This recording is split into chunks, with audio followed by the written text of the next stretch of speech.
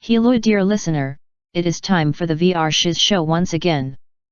The party train is here for ya ears. Enjoy what you got right here, right now with your favorite podcast hosts named Richard and Vince.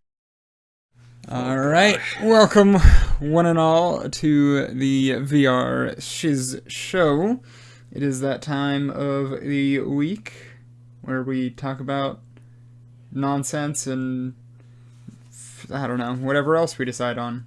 Yeah, we never really have like an actual set thing for this. I think we literally decided like when we were eating what we were going to talk about because of what you showed me. I mean, to be fair, that's more preparation than the time we tried to record an episode and we came up with the topic in the middle of the show. Yeah, no, that's true. But anyway, I think it is time for the opening with media consumed.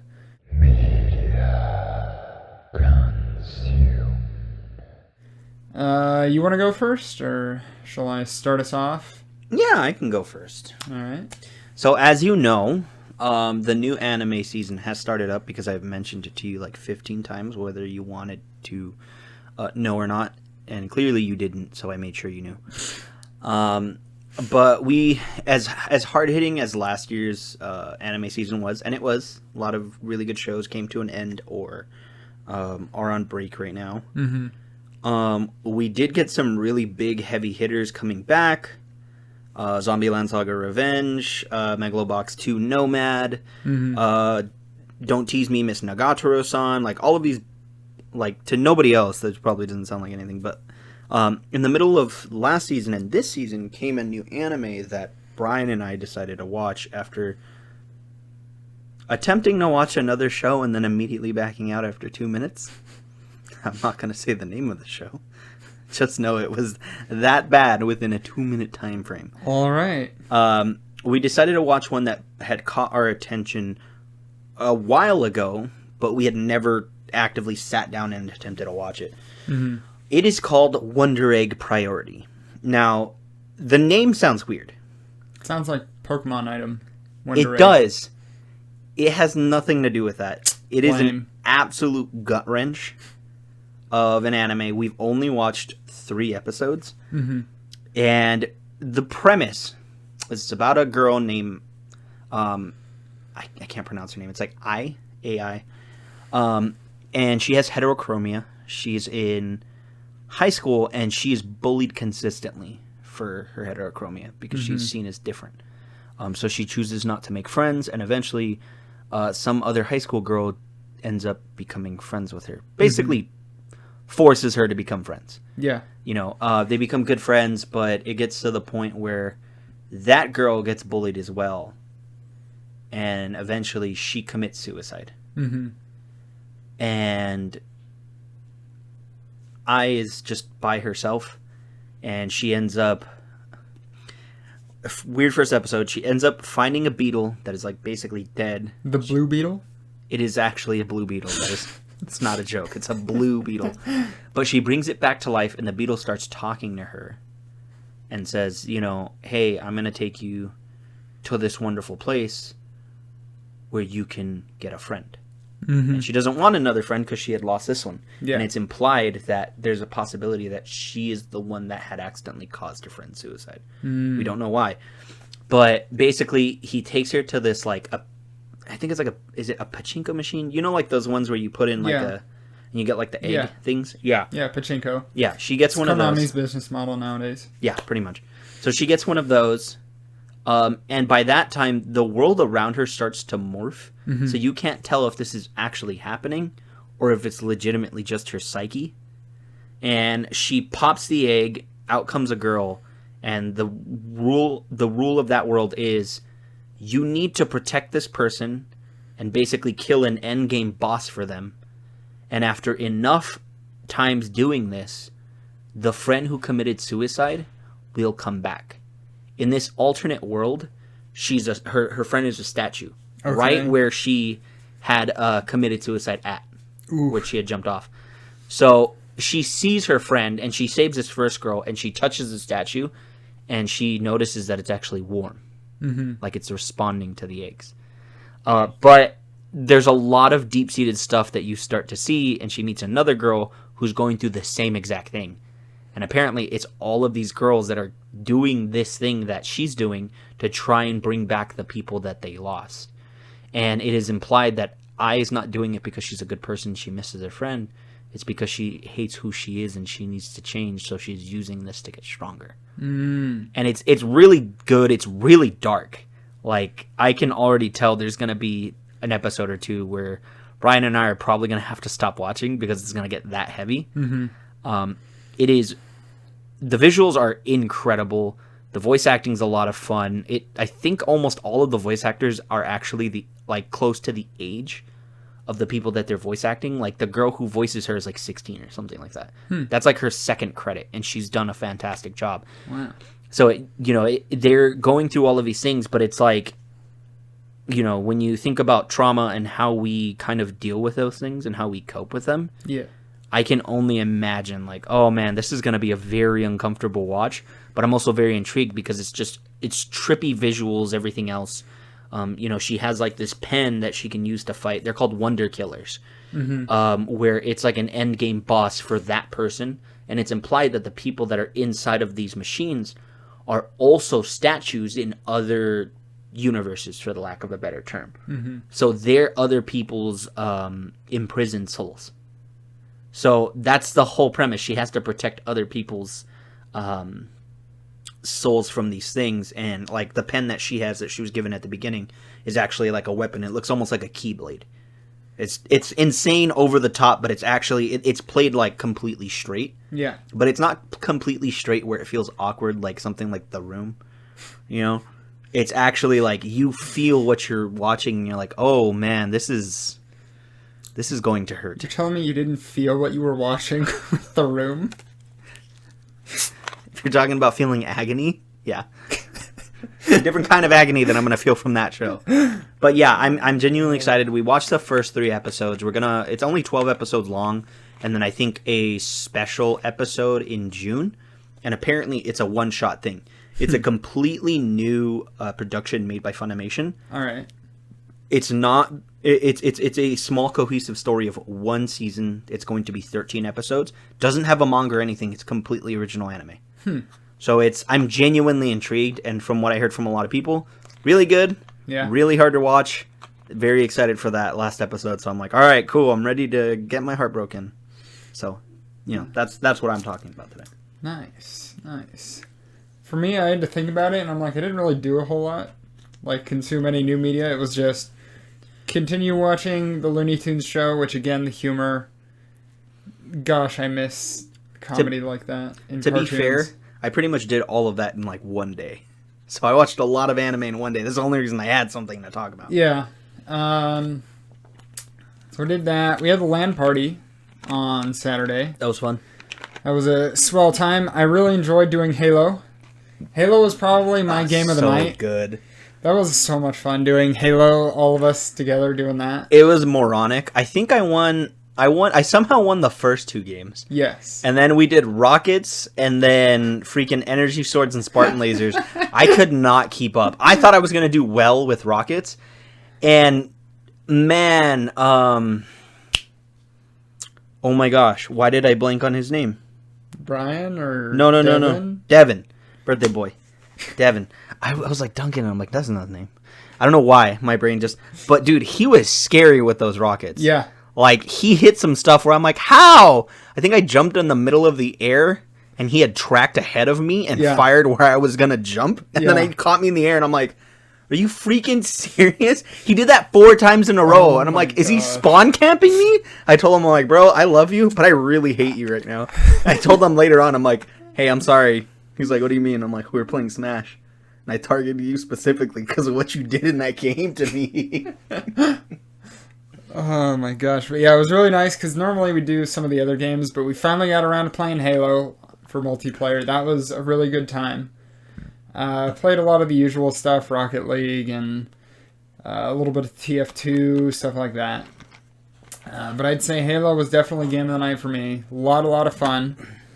But aside from that, I figured I'd just do a recommendation for an album, because got Boston. I got their second album. Was that when we went to Amoeba? Yeah. Went to Amoeba, got Boston's second album. Boston is just the most quintessential arena rock band, where it's what most people would call classic rock, a term which I hate endlessly. Have I gone into my tirade about how classic rock is a garbage term with you? No. So classic rock is a useless term that means nothing. Okay. No one should ever use it, because it refers to so many broad different things, and it's such a different term for every person who I've ever heard use it. So classic rock is meaningless. The closest you get is arena rock, but I've heard classic rock refer to Queen, Pink Floyd, and AC/DC. 3 drastically different bands which do not belong in the same genre, category, anything. Like, they're all technically rock, but, I mean, Pink Floyd is psychedelic prog rock. AC/DC is hard rock, bordering into early metal. And then Queen is just straight rock, pop rock. A little bit of arena rock. But that's why I hate classic rock. It's a nebulous term. Doesn't mean anything. Don't use it. No one will know what you're talking about for the most part. Because I've also heard like Motley Crue, and that's glam metal, which is not at all classic rock. But you know. Anyway, that tirade aside, Boston arena rock band. Fantastic band. Again, they're the quintessential arena rock band. They have incredible technique. It's something you should always listen. Everyone knows, I almost said Don't Stop Believin'. Gosh, no. What's the stupid Boston song that everyone knows? All of their songs that everyone knows. More Than a Feeling, that's why. Mm-hmm. Everyone knows More Than a Feeling. Many people know Peace of Mind. A lot of people know Smokin' and Foreplay / Long Time. A lot of people know those songs. Their second album, though, ooh, that thing is a gem. It has, you're laughing. I found something that, remember how I almost didn't have anything for last week's best segment ever? Oh, gosh. I found a website. I think you're going to like this one. I'm not even joking. This is going to be fantastic, but continue. All right. Anyway, good teasing that segment. So Don't Look Back is their second album, 1978. The title track is so good. It is their best song, hands down. It should have been their most popular, and I understand why it wasn't, but it should have been. Yeah. It's just because it wasn't their first big hit onto the scene is why everyone's going to know your first big thing that you're successful for. No matter how good another one is. Yeah. It's always the one that they tie you to. Yeah. But their musical talent is on another level. The way that they produce the music is fantastic because it's just clean drums, crisp bass, bit of acoustic guitar for flavoring, and just killer electric tone. And it all just comes together with fantastic vocals and then supporting vocals that layer into it to just create something immaculate. I will say, lyrics ain't a strong point. It's very generic. Nothing that's going to change your outlook on life or Not that you're going to walk away from anything like that. And I mean, again, they're a very talented band, incredible, but they're not going to blow your mind with their technique. Yeah. Or anything like that. It's just good, straight up rock and roll. Highly recommend. Plus, the album cover has my favorite color of all time on it, which is this wonderful shade of neon red. And I have ever seen it on this album. It's got because it's reminiscing the sunburst paint job on guitars and stuff, like Fenders and stuff.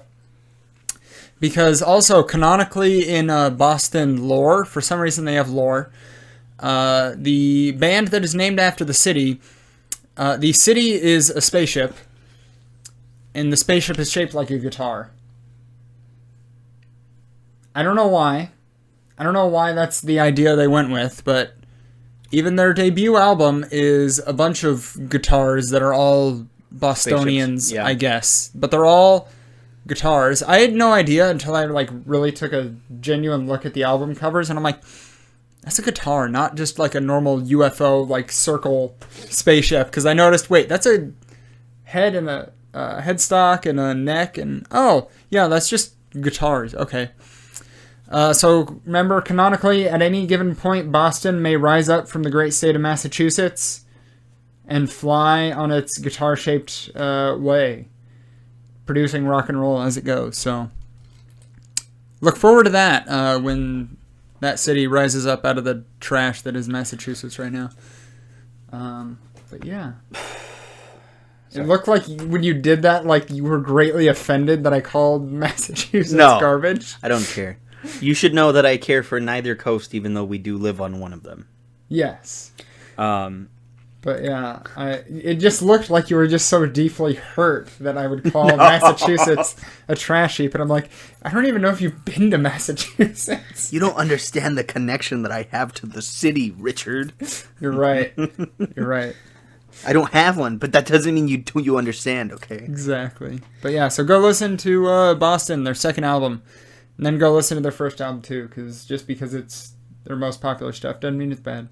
It's popular for a reason. Go listen to everything Boston's done, except some of their later stuff is kind of eh. But anyway, let's transition into the life and times of one Durst. Fredward Durst. I don't know if that's his real name. Fredward? Yeah, but his name's now Fredward. That's what we're calling him. Who goes Fredward? Yeah, like Freddie Benson. Fredward Benson. See, I've always thought Fred was short for Frederick. Probably. But in that show, in iCarly, his real name is Fredward. Oh gosh, you're right. That's why I went with the more humiliating one. Okay, so I'm going to give you 3 topics, and you're going to tell me which one you want. So, the one about the time that he had released a new album, and he clearly hadn't. The one about the time that he had started a juice fasting blog. Or the one about the time where... This is my favorite one. Give me a second. All right. The one about the time that he created a movie about stalking. I think we got to save that third one. Okay. We're going to go for the second option. But also, I was looking up Fred Durst, and it is Frederick. Yeah. William Frederick Durst, born Frederick Allen Maine III. That means he legally changed his name? Yes. That's awesome. But also, looking at the image, he has a beard. Yeah. I had no idea. He does not look at all the same with a beard. No, he does not. He could pretend to be anyone. Oh, by the way, that last one isn't even close to the craziest one that's on here. I'm going to be giving it stuff from this specific website that I found about Fred. The mystery of this man is only going to unravel more as we go along. So let's go with this one. You said the juice fasting, right? Yeah, I want to hear about Fred Durst and his juices. Okay. So it says Limp Bizkit frontman Fred Durst in 2012 started a 60-day juice fast, and he was so very serious about it that he decided to document his health kick via a now deleted Tumblr page, Fred60. First, he posted a picture. Hold on, you're telling me Fred Durst actively used Tumblr? Yes. What year is this? 2012. He's not even... Twitter's around at this point, and it's still pretty... It's not unknown, but it's still mainstream. He could have used Twitter to make his... No, apparently he had his own Tumblr blog. First, he posted a picture of his juicer, captioned, "My new best friend." Then he admitted to cheating with a bag of M&Ms on day 3. We're unsure as to whether he juiced them or not. He eventually packed the whole thing in after 2 weeks due to not seeing any significant results. My thoughts are clear and inspired. But I'm discouraged in some ways, he wrote. I guess it's my own personal baggage that's lugging around behind me. All comes to the forefront on a diet like this. I'm going to dive into a heavy cardio, sit-ups, and weights routine on Monday. I'm sure that's the next level of fulfillment. So, why was it like just such an emotional moment for him to go on a juice diet? He was on it for 2 weeks and then said no. Well, no, I read through all of these right now. There's one I'm specifically saving for when I get to it. Like, right. It's going to be... We have to find... If I can find what it is, you and I are going to have to listen to it. That's the only... I'm worried. Yeah. Let's just say that he is in the business of what you and I are currently doing. All right. On that ominous note, let's transition into the actual topic of the day and away from Mr. Juice. Yes. I just like that he gave up after 2 weeks. No, there's a lot of stuff like that here. Just wait till I get to the sedan one. Oh, gosh. That one's going to be funny. He has a weird fixation, bro. Like, he'll find something that he really likes, and then he will just be about it. So we're going to see that. I mean, it makes sense. He had Limp Bizkit, so that should say enough. Yeah. He's probably autistic or something. Like, he just, like... I'm sorry, I don't know why that made me... latches onto it, you know? I can't imagine Fred Durst being autistic. You can't? I can't. No, I don't know. Because the autistic people we personally know are high-functioning adults. Yeah, high-functioning. I mean, more high-functioning than what I'm going to read eventually. Yeah, that's what I'm saying. Like, and you're implying that Fred Durst is high-functioning. Yeah, fair. Oh, okay. Anyway, we gotta keep going, or else we're gonna get canceled for this one specifically. Forget it. It's fine. We're good. We know autists. We're fine. Yeah, some of our best friends are autistic. Some of my best friends are autistic. It's true though.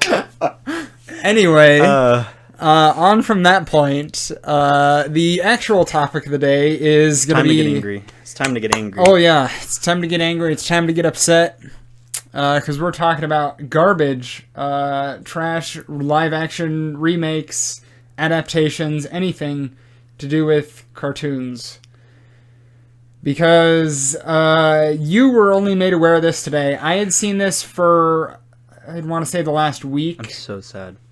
The Powerpuff Girls, the iconic classic cartoon, is getting a live-action series on the CW.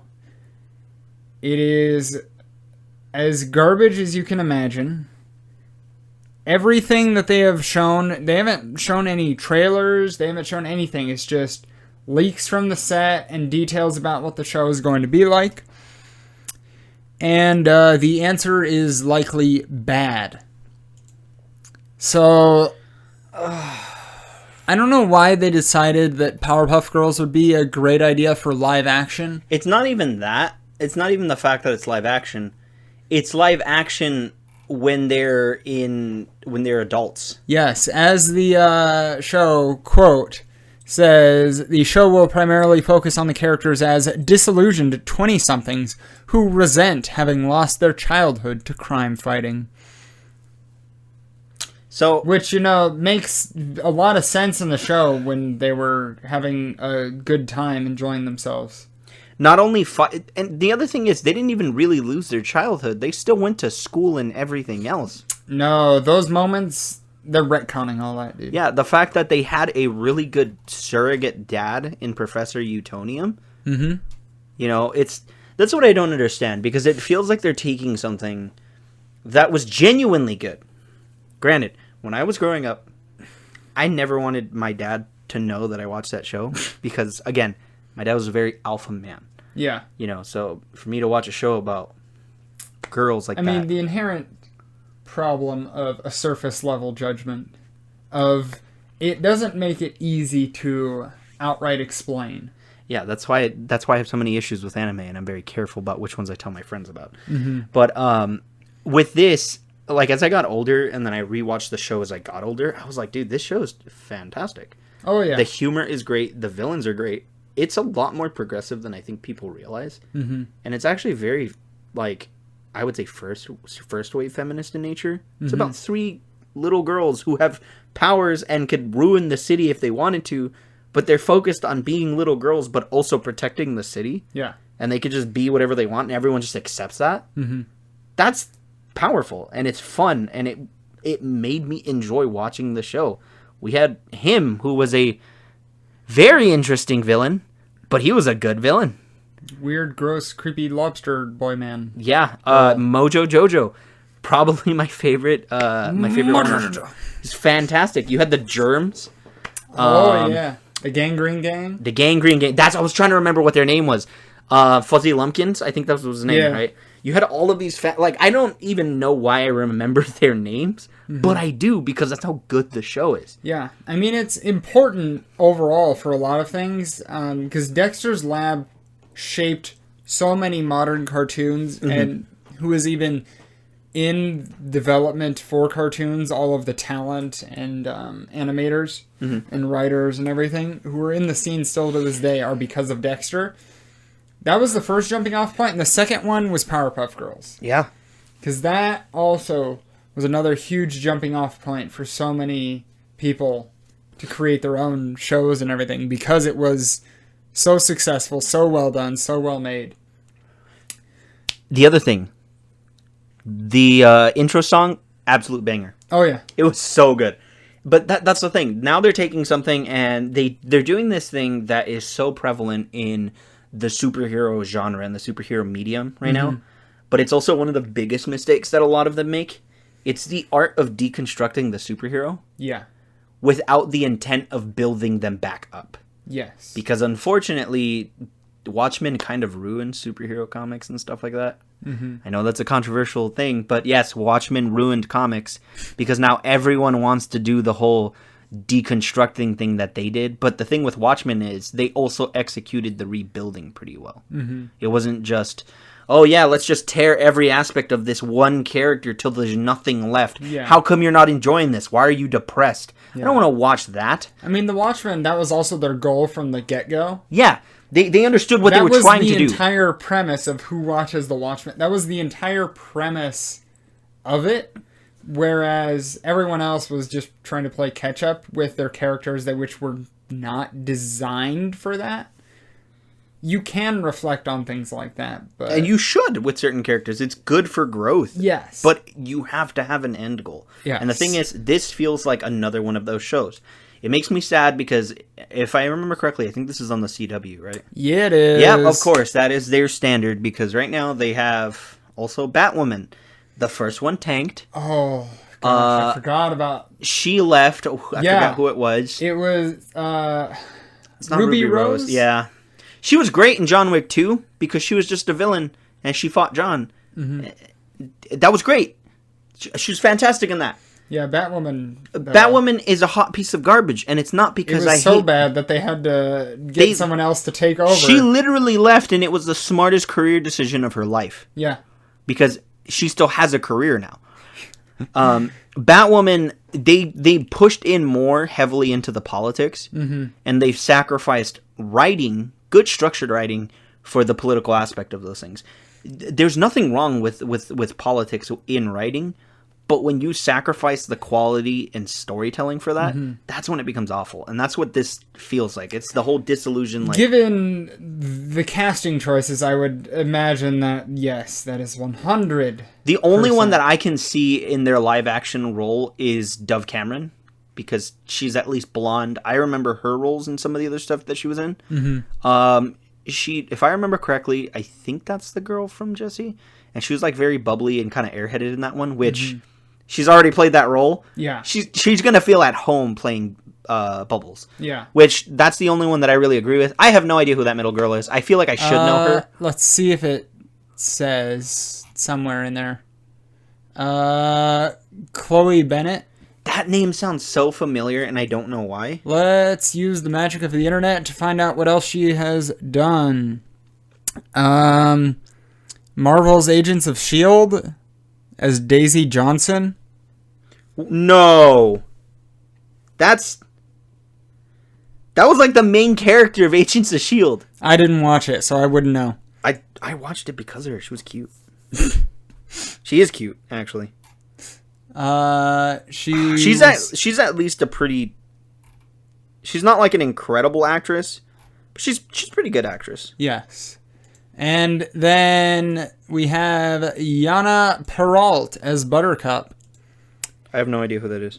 Musical artist. That's what she is known for.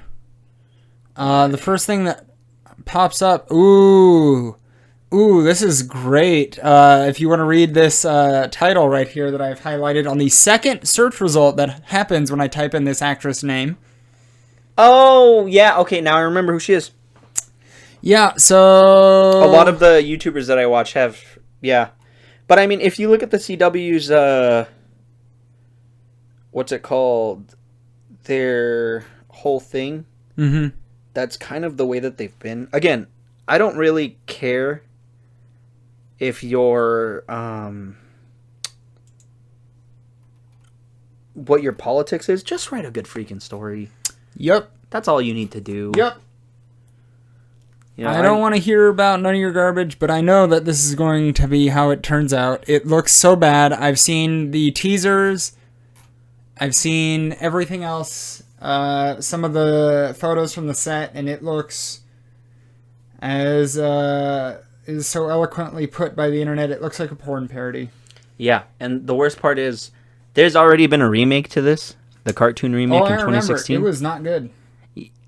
That is going to look like Breaking Bad compared to the live action remake. Yeah, this is going to be atrocious. So let's move on to the other side of they attempted to try, but it was still super awful.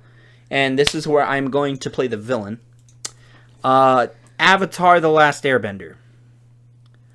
The movie was a steaming pile of garbage. What are you talking about? Aang was a great character. Do you remember, like, right before we started, and you said Avatar, and I looked at you, I'm like, what do you mean, the remake? Like, they haven't even put out the sequel yet. And you just looked at me, and I'm like, wait, The Last Airbender? My brain literally forgot that movie existed.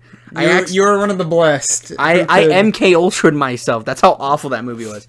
But I will say that ethnically, for the most part, it's pretty solid. Because they nailed what those tribes were supposed to be? Yeah. I mean, except for the one dude from Slumdog Millionaire playing Zuko. Because, you know, Zuko's light-skinned. But you know what? He was, like, acting-wise, he was actually really solid. I liked him. The weakest part of that were the three main characters were Sokka, Aang, or was it Sokka, Aang, and Katara, right? Yeah. That kid, I love that kid because he's from, what's it called? Cowboys and Aliens? Yeah. Oh my god. It's him. Isn't that weird? That's a movie. That was a movie. As awful as that movie was, I loved it so much. It's one of those movies that, like, I turn off my brain and I enjoyed it. Yes. I feel like no matter what I would do with The Last Airbender, nothing would have happened. Yeah. Do I think that it could have been possible for them to make something live action for it? I do. Is that something I want to see? I don't. Yeah. That one, out of the ones we're talking about, is probably the one that would have worked the most out of any animated transition into live action. But that's saying it would have required a lot more effort than Mr. Shyamalan would have put into it. Because when you can't even pronounce characters' names right in a show, it's not like it was a written medium. No, they pronounced the names exactly the way they wanted to. Yeah. And that's all you needed to do. That movie would have been not less terrible, but more bearable. Mm-hmm. Because of that. Yes. But moving past that pile of garbage to hark on another pile of garbage that I remember so fondly is Dragon Ball Evolution. I have never seen that, and I will never see that. That just made me sad. Mm-hmm. Like, I'm not the biggest fan of Dragon Ball. I'm usually in it for the memes. Mm-hmm. But to see such a beloved medium in Japanese culture that had somehow traversed the massive wall at the time that was American Western culture, ended up on Toonami. Yeah.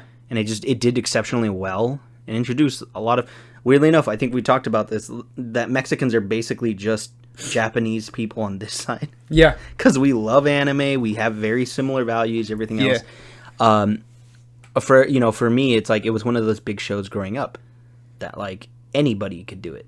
Yeah. And then, someone decided, let's take all of the cool stuff from one of the greatest anime and manga that was ever written, inspired by one of the greatest stories ever written. I think it was Journey to the East or Journey to the West? I always forget. Journey to the West. Journey to the West, Sun Wukong. And then let's just not do that. Mm-hmm. Let's just take the name and call it evolution, but instead of evolving into something useful, it just dies. It's that PewDiePie meme, it's evolving just backwards. Yeah, that's pretty much what it was. See, the thing is, I kind of knew about Dragon Ball growing up and everything, and I saw this movie, but I never put two and two together that this was supposed to be that show, but a movie and live action. Because it looked so different, I just thought, that looks like an interesting film. There is actually a response. So I went to WonderCon a while back. Mm-hmm. I think right out of high school, if I'm not mistaken, because I think that's when the movie came out. And there was a group of people there that had seen this movie that loved Dragon Ball. Mm-hmm. They were like, well, you know what? That was so awful. We're going to make fan film versions of the stuff that we love from Dragon Ball. Mm-hmm. And you know what? Lower quality overall, because obviously they don't have millions of dollars. Yeah. But you could tell they had a lot of love for the series. And it was enjoyable. I actually watched it. I asked them where I could find it. I think it was on YouTube. I don't know if it still exists there. Yeah. But it was like 25 minutes, and I was like, this is really good. Mm-hmm. Like, I could feel that. Where, unfortunately, with Hollywood, they see things and they're like, cool, let's make money on it, but not care about the properties. Mm-hmm. Let me segue into mine, and this definitely counts. I don't care what you say. Godzilla 1998. I hate you, Roland Emmerich, with a burning passion. I hope you know that. You have continued to make disaster movies because that is what your entire career has been ever since that. What else has he done? Disaster movies. Well, he also makes the dads the same exact character in every movie. he did Independence Day. I mean, that's a disaster movie. Well, yeah, but it's good. Yeah, too bad he didn't follow that whole formula. He did Independence Day Resurgence. Okay, that movie was awful, but I liked watching it because I had to turn off my brain super hard, but I did it.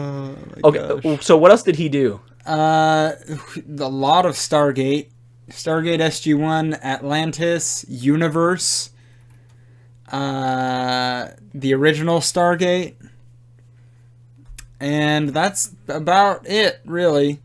Currently, he's doing something called Moonfall. Okay, I guarantee that is a movie about a disaster movie, and it's going to be about a dad who's going to save them, and he's going to have a really bad connection with his kids. Let me see. The log line for the film is a space crew travels to the moon after it's struck by an asteroid and is sent on a collision course with Earth. Called it. It's got Donald Sutherland in it and Patrick Wilson. Donald Sutherland's a good actor, though. He is. He's a good actor. I can... Wait. What? Patrick Wilson? Yeah. That's the dude from, Watchmen? I feel like I know him from something else, though. Insidious? Go back to, like, what is one of the last... Aquaman 2? No. Keep going down farther.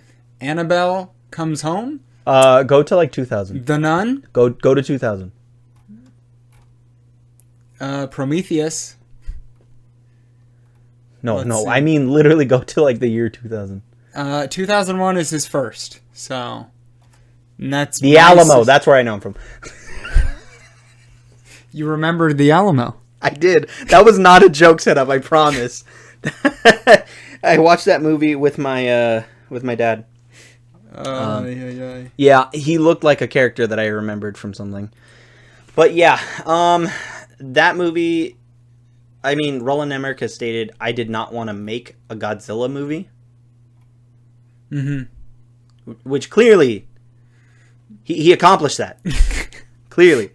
It's like, well, you did that. Remember, Good job. the company that had owned Toho, they were genuinely excited, by the way, and apparently it was supposed to be a completely different movie. There was actually a really good script for it, and then, yeah. And then Roland Emmerich came and did his thing. But apparently, Toho was initially excited about what they were going to do with Godzilla. Because, look, the Americans are good at making movies. Maybe they can do something super awesome with ours. Mm-hmm. And they ended up hating it so much. This is what happened. They eventually rebought the rights to that specific character, shortened its name to Zilla, made fun of it consistently in I think Godzilla Tokyo SOS, where they're like, oh, is that Godzilla? No, a lot of people end up confusing them, but there's no way that one's Godzilla. It's a bit too small. So they just nicknamed it Zilla. And then in All Out Attack, I think it is, or Final Wars, they fight in the city of Sydney, and their entire fight is literally that Godzilla charging at actual Godzilla, him tail whipping him into the opera house, and then using his atomic breath to blow it up. That is the entire fight. Yeah, that's all you need. That is. I call that a remake because it was supposed to bring goodwill and everything to American audiences for Godzilla, and it was awful. Pain. Anyways, sorry, I'm done rambling. I don't know. I'd say we can call it there. We had our bout of why you should never transition animation into live action. It doesn't work. Don't try it. Animation... I think you could probably do live action into animation depending on... You can. They did it with Godzilla. And they did it significantly better, too. Dude, they had Godzuki. Dude. Seriously, though, that, the cartoon that they did felt like an I'm sorry for the movie that they did. Yeah, I'm sure there's other stuff. There's just no reason, because animation, a show designed in animation for animation, if it's done well, takes advantage of the medium to do things with it you can't do in live action. Yeah, I think there are things so that... you can't transition it that way. No, you can't. Versus taking something live action, you can put it into animation and do more with it, which is, you see it with Star Wars. Yep. The transition into Clone Wars and everything, and a lot of people complain, well, man, in Clone Wars, these characters are able to do this, this, and this, but in live action, they weren't doing a whole lot of that. I'm like, you want to see them do all of these flips and things that are physically not possible? Even as Jedi, bro. Even as Jedi. I'm like, I don't know. Some of the dumb stuff like that I was just laughing about, where everyone's like, in Mandalorian, spoiler for however old that season is, with they brought Ahsoka Tano in, and everyone's like, she's a lot more stiff in this with how she's moving and everything, and I'm like, it's an actual because person. She's an actress with 40 pounds of headdress on, trying to move with all of this and the paint and everything all over. And it's just what you can do with the medium you're in, which is why animation is so successful for doing so many things. Yeah. So stop trying to bring things out of animation that belong there. Okay, let me ask one question so we can close this out. All right. If they had to do a live action remake of something, what would it be, and what director would you choose? That's a toughie. You should already know my answer.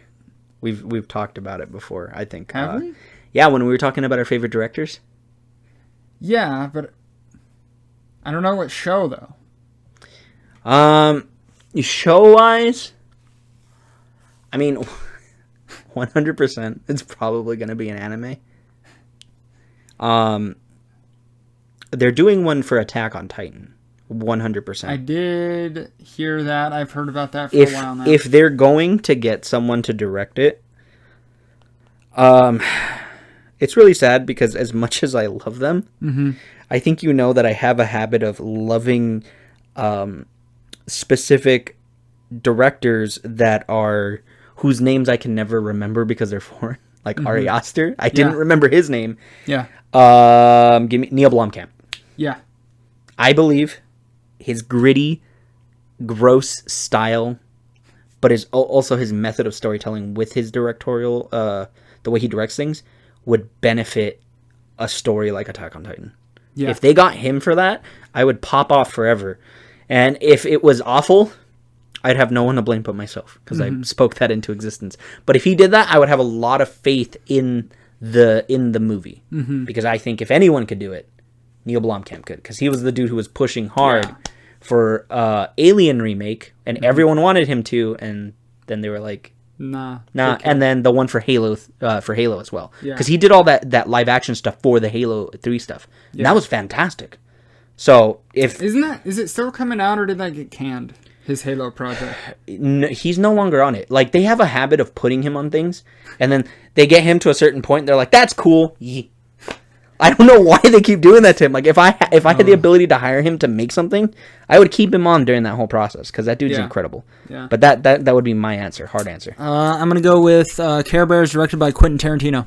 I thought you were gonna say Teletubbies, but that's already live action. Yeah. I want to see the live action remake of Teletubbies. Yeah. All right. On that note, I think we'll call it there. We've been going for a little while on ranting and raving, so Sorry. it's been a good time. Always a good time. We will be back for the next show on the VR Shiz show. Bye, everybody. Sit.